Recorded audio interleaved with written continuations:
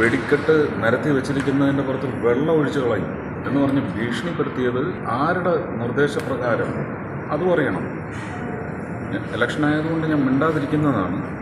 വെറുതെ ഞാൻ ഓരോന്ന് പറഞ്ഞ് ജനങ്ങൾ അതിനകത്ത് സത്യങ്ങൾ കൂടുതൽ അറിയരുത്. ഇതെല്ലാം കഴിഞ്ഞ് ഇലക്ഷൻ എല്ലാം കഴിഞ്ഞിട്ടൊരു പൂരം വരുമല്ലോ.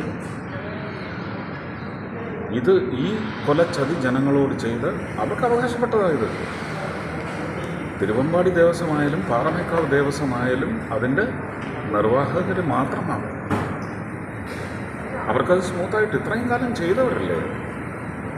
നിയമമെല്ലാം നമുക്ക് പാലിക്കണം. ഇന്നലെ ഞാൻ പറഞ്ഞില്ലേ പൂരപ്പറമ്പിൽ വന്നതെന്ന്.